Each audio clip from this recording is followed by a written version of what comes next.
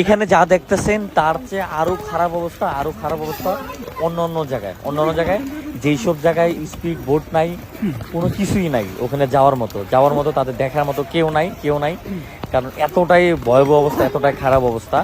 সেখানে এই পর্যন্ত যারাই চেষ্টা করছে যাওয়ার জন্য সেখানে যেতে পারেনি, কারণ এখানে সবচেয়ে বড় সমস্যাটা সেটা হচ্ছে বোট, একটা স্পিড বোট, একটা ট্রলার, এগুলো কোনো কিছুই নেই, যার কারণে কিন্তু বাচ্চা থেকে শুরু করে বয়স্ক কাউকে কিন্তু উদ্ধার করা যাচ্ছে না ওখান থেকে।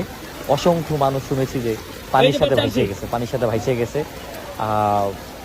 বাংলাদেশের বিভিন্ন প্রান্ত থেকে কিন্তু অনেক ভাইরা চলে আসে এই মানুষগুলোর পাশে দাঁড়ানোর জন্য, কিন্তু ওইসব জায়গায় কিন্তু এখন পর্যন্ত যাওয়া সম্ভব হয়নি, কারণ স্পিড বোট ট্রলার কোনো কিছুই নেই, কারণ 31 বছরের ভিতরে এরকম ঘটনা কিন্তু এখানে ঘটে নাই। তাই এখানে মানুষ কিন্তু স্পিড বোট ট্রলার এগুলা ইউজ করে নাই।